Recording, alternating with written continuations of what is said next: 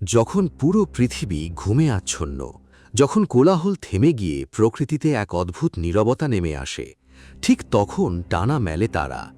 নিস্তব্ধ রাতের অন্ধকারের মাঝে দুটি জ্বলজ্বলে চোখ আমাদের দিকে তাকিয়ে থাকে।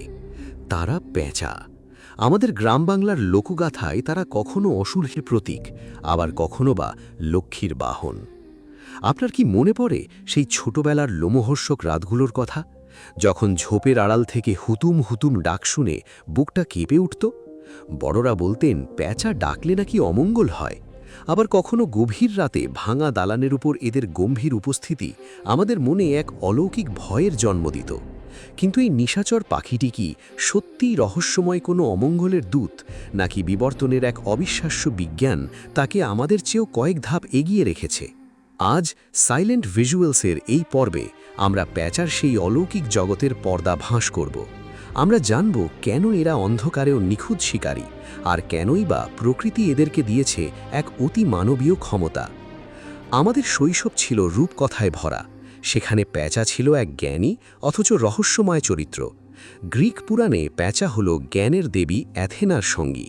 আবার আমাদের উপমহাদেশে লক্ষ্মী প্যাঁচাকে ভাবা হয় সৌভাগ্যের প্রতীক। কিন্তু তবুও রাতের আঁধারে এদের অশরীরী ডাক শুনলে আমাদের মন এক অজানা আতঙ্কে কুঁকড়ে যেত। বলা হতো প্যাঁচা নাকি ঘাড় ঘুরিয়ে মানুষের ভূত ভবিষ্যৎ দেখে নিতে পারে। আমাদের অবচেতন মনে গেঁথে দেওয়া হয়েছিল যে প্যাঁচা মানেই জাদুটোনা আর রহস্যের আধার। কিন্তু শৈশবের সেই ভয় আর বর্তমানের বিজ্ঞানের মাঝে দাঁড়িয়ে যখন আমরা প্যাঁচাকে দেখি, তখন এক অন্য জগৎ উন্মোচিত হয়। প্যাঁচা আসলে প্রকৃতির এক নিখুঁত ইঞ্জিনিয়ারিং। তারা রহস্যময় নয়, তারা অত্যন্ত দক্ষ এবং বুদ্ধিমান। প্যাঁচার সবচেয়ে অদ্ভুত বিষয় হলো তার বড় বড় গোল চোখ। আপনি কি জানেন, প্যাঁচা আমাদের মতো তার চোখের মনি নড়াচড়া করতে পারে না। তার চোখগুলো আসলে গোল নয়, বরং নলাকার, টিউব শেপড। এগুলো মাথার খুলির সাথে এমনভাবে আটকে থাকে যে তারা চোখ ঘোরাতে পারে না। কিন্তু প্রকৃতি যখন একদিক থেকে কিছু কেড়ে নেয়, অন্য দিক থেকে তাকে অনেক বেশি বাড়িয়ে দেয়। চোখ নড়াচড়া না করতে পারার ক্ষতিপূরণ হিসেবে প্যাঁচা তার ঘাড়কে 270 ডিগ্রি পর্যন্ত ঘোরাতে পারে। তার মানে সে শরীর না ঘুরিয়েই প্রায় পুরো চারপাশ দেখে নিতে পারে। তাদের রক্ত চলাচলের ব্যবস্থা এমনভাবে তৈরি যে ঘাড় অতটা ঘোরালেও তাদের মস্তিষ্কের রক্ত সরবরাহ বন্ধ হয় না। এটি এমন এক ক্ষমতা যা কোনো মানুষের নেই। কেন প্যাঁচা রাতে শিকার করে? কারণ তাদের চোখে আছে লক্ষ লক্ষ রড সেল, যা সামান্যতম আলোকেও শত গুণ বাড়িয়ে দেখাতে পারে। যেখানে আমরা ঘুরঘুটে অন্ধকারে কিছুই দেখি না, সেখানে প্যাঁচা প্রতিটি ঘাসের কম্পন স্পষ্ট দেখতে পায়। সিলভার স্ক্রিনের সুপার হিরোদের মতো তাদের আছে বাইনোকুলার ভিশন। তারা দূরত্ব এবং গভীরতা এত নিখুঁতভাবে বুঝতে পারে যে কয়েক শ ফুট ওপর থেকে ঝোপের ভেতরে লুকিয়ে থাকা একটি ছোট ইঁদুরের অবস্থান সে নির্ভুলভাবে চিহ্নিত করতে পারে। তারা আসলে অন্ধকারের দূরবীন। প্যাঁচার সবচেয়ে বড় বৈজ্ঞানিক জাদু হল তার ওড়ার ধরন। অন্য সব পাখি যখন ওড়ে, তাদের ডানায় বাতাস বাধা পেয়ে ঝপঝপ শব্দ তৈরি হয়। কিন্তু প্যাঁচা হলো এক নীরব ঘাতক বা সাইলেন্ট কিলার। প্যাঁচার ডানার গঠন এমন যে এটি বাতাসের শব্দকে শুষে নেয়। তার ডানার ওপরের অংশটা খুব নরম এবং পেছনের দিকটা চিরুনির মতো খাঁজ কাটা। এই সূক্ষ্ম ইঞ্জিনিয়ারিং বাতাসকে নিঃশব্দে পার করে দেয়, ফলে শিকার টেরই পায় না যে তার মাথার ওপর মৃত্যুর ছায়া নেমে এসেছে। এমনকি সবচেয়ে সংবেদনশীল মাইক্রোফোনেও প্যাঁচার ওড়ার শব্দ ধরা পড়ে না। এটি প্রকৃতির এমন এক প্রযুক্তি যা আধুনিক স্টেলথ যুদ্ধবিমান তৈরিতে বিজ্ঞানীদের অনুপ্রেরণা দেয়। প্যাঁচার শ্রবণ শক্তি তার চোখের চেয়েও ভয়ঙ্কর। অনেক প্যাঁচার কান তার মুখের দুই পাশে সমান উচ্চতায় থাকে না। একটি কান একটু ওপরে এবং অন্যটি একটু নিচে থাকে। একে বলা হয় অ্যাসিমেট্রিক্যাল ইয়ার্স। এর ফলে শব্দ কোন দিক থেকে আসছে এবং কত উঁচু থেকে আসছে তা সে মিলিসেকেন্ডের মধ্যে বুঝতে পারে।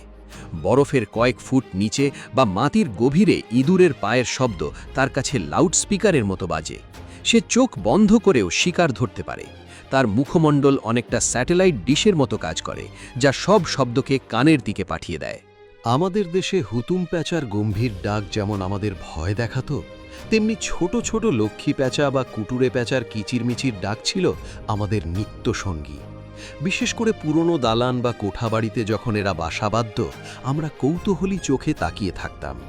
সাদা রঙের লক্ষ্মী প্যাঁচা দেখতে যেমন সুন্দর, তেমনি তার আচরণও শান্ত। অন্যদিকে হুতুম প্যাঁচা যেন এক নিঃসঙ্গ সম্রাট, অথচ এই প্রতিটি প্রজাতি আমাদের পরিবেশের ভারসাম্য রক্ষায় কাজ করে যাচ্ছে। তারা না থাকলে ইঁদুরের উৎপাতে আমাদের শস্য ভাণ্ডার ধ্বংস হয়ে যেত। তারা প্রকৃতির এক প্রাকৃতিক পেস্টিসাইড। শৈশবের সেই তেঁতুল গাছগুলো আজ আর নেই। পুরনো জমিদার বাড়িগুলো ভেঙে বহুতল ভবন হয়েছে। প্যাঁচার আবাসস্থল আজ হুমকির মুখে। আমাদের কুসংস্কার আর কীটনাশকের অতি ব্যবহারে এই অদ্ভুত ক্ষমতার অধিকারী পাখিগুলো হারিয়ে যাচ্ছে। আমরা প্যাঁচাকে ভয় পাই কারণ আমরা তাদের চিনি না। বিজ্ঞান আমাদের শেখায় প্যাঁচা কোনো ডাইনি বা জাদুর প্রতীক নয়, সে বিবর্তনের এক শ্রেষ্ঠ সৃষ্টি। তার অস্তিত্ব রক্ষা করা মানে আমাদের বাস্তু সংস্থানের শৃঙ্খলা রক্ষা করা। প্যাঁচার খাদ্যাভ্যাসের মাঝে লুকিয়ে আছে এক অদ্ভুত বৈজ্ঞানিক প্রক্রিয়া। প্যাঁচা যখন তার শিকারকে গিলে খায় তখন সে হাড়, দাঁত বা পশম সবকিছুই খেয়ে ফেলে, কিন্তু তার পেট এই শক্ত অংশগুলোকে হজম করতে পারে না। তখন তার পাকস্থলী এই হজম না হওয়া অংশগুলোকে ছোট একটা পিণ্ডে পরিণত করে এবং কয়েক ঘন্টা পর প্যাঁচা তা মুখ দিয়ে বাইরে বের করে দেয়। একে বলা হয় প্যালেট। বিজ্ঞানীরা এই প্যালেট পরীক্ষা করেই বুঝতে পারেন সেই এলাকায় ঠিক কী ধরনের ক্ষুদ্র প্রাণী বা কীটপতঙ্গ বাস করে। এটি যেন প্রকৃতির এক বায়োলজিক্যাল ডেটাবেস। দিনের বেলা প্যাঁচা কেন আমাদের চোখে পড়ে না? কারণ সে ছদ্মবেশ বা ক্যামোফ্লাজের রাজা। প্যাঁচার শরীরের পালকের রং আর নকশা হুবহু গাছের বাকল বা শুকনো পাতার মতো। দিনের আলোয় অন্য পাখিদের আক্রমণ থেকে বাঁচতে সে গাছের ডালে এমনভাবে স্থির হয়ে বসে থাকে যে তাকে গাছেরই একটি অংশ মনে হয়। এমনকি তার চোখের পাতা বন্ধ থাকলেও আপনি তার পাশ দিয়ে হেঁটে গেলেও বুঝবেন না সেখানে একটি প্রাণী গভীর ঘুমে মগ্ন। এটি তার বেঁচে থাকার অন্যতম প্রধান প্রতিরক্ষা কৌশল। প্যাঁচার মুখমণ্ডল কেন চ্যাপ্টা বা গোলাকার হয়, এটি কোনো কাকতালীয় বিষয় নয়। প্যাঁচার পুরো মুখটি আসলে একটি প্যারাবোলিক ডিস্কের মতো কাজ করে। তার মুখের চারপাশের শক্ত পালকগুলো রাডারের মতো কাজ করে বাতাস থেকে শব্দ সংগ্রহ করে সরাসরি তার কানের গহ্বরে পাঠিয়ে দেয়। এই বিশেষ গঠনের কারণেই সে ঝোপঝাড়ের নিচে থাকা ইঁদুরের হৃৎস্পন্দনের শব্দ শুনতে পায়। তার মুখটি আসলে একটি জীবন্ত সাউন্ড রিসিভার। অধিকাংশ প্যাঁচা একা থাকতে পছন্দ করলেও তাদের পারিবারিক বন্ধন অত্যন্ত দৃঢ়। অনেক প্রজাতির প্যাঁচা সারা জীবনের জন্য একজন সঙ্গীকেই বেছে নেয়। তারা তাদের ছানাদের রক্ষায় অত্যন্ত সাহসী। শৈশবে আমরা দেখেছি পুরনো দালানের কোণে প্যাঁচার ছোট ছোট ছানারা কিভাবে অবাক হয়ে তাকিয়ে থাকত। মা প্যাঁচা তার সন্তানদের জন্য অকাতরে শিকার নিয়ে আসে এবং তাদের ডানা মেলা না শেখা পর্যন্ত পরম মমতায় আগলে রাখে। প্যাঁচার এই একাকিত্ব আসলে তার শিকারী জীবনের এক নিঃশব্দ শৃঙ্খলা মাত্র। প্যাঁচা এই পৃথিবীতে নতুন কোনো অতিথি নয়। প্রায় ৬০ কোটি বছর আগে থেকেই তারা এই পৃথিবীতে বিচরণ করছে। ডাইনোসরদের বিলুপ্তির পর যখন পৃথিবী নতুন রূপ নিচ্ছিল, তখন থেকেই প্যাঁচারা তাদের এই অতি প্রাকৃত ক্ষমতাগুলো অর্জন করতে শুরু করে। অর্থাৎ আমরা আজ যে প্যাঁচাটিকে দেখছি সে লক্ষ লক্ষ বছরের বিবর্তনের এক সফল ফসল। তার প্রতিটি পালক, প্রতিটি তীক্ষ্ণ নখর আর তার স্থির দৃষ্টি সব কিছুর পেছনে লুকিয়ে আছে কয়েক কোটি বছরের টিকে থাকার লড়াইয়ের ইতিহাস। আমরা জানি প্যাঁচার কান পৃথিবীর অন্যতম সংবেদনশীল যন্ত্র, কিন্তু এই অতিপ্রাকৃত ক্ষমতাই আধুনিক যুগে তার জন্য অভিশাপ হয়ে দাঁড়িয়েছে। আমরা যে শব্দ দূষণকে সাধারণ মনে করি, একটি প্যাঁচার কাছে তা নরক যন্ত্রণা।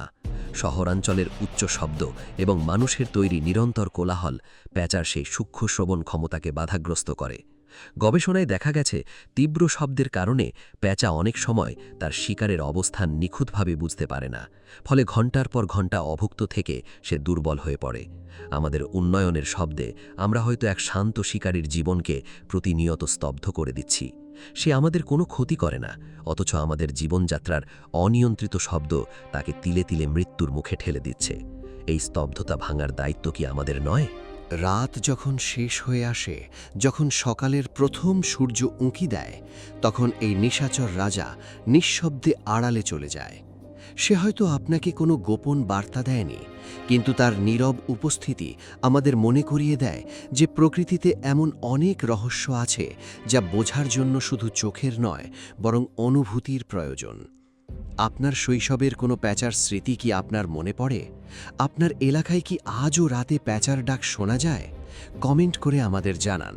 হয়তো আপনার একটি মন্তব্য অন্য কাউকে এই পাখিটির প্রতি সহামর্মী করে তুলবে। প্রকৃতি ও বিজ্ঞানের এমন আরও অনেক অজানা অধ্যায় দেখতে সাবস্ক্রাইব করে রাখুন সাইলেন্ট ভিজুয়ালস। দেখা হবে পরবর্তী পর্বে। নিরাপদে থাকুন, প্রকৃতিকে বাঁচান। ধন্যবাদ।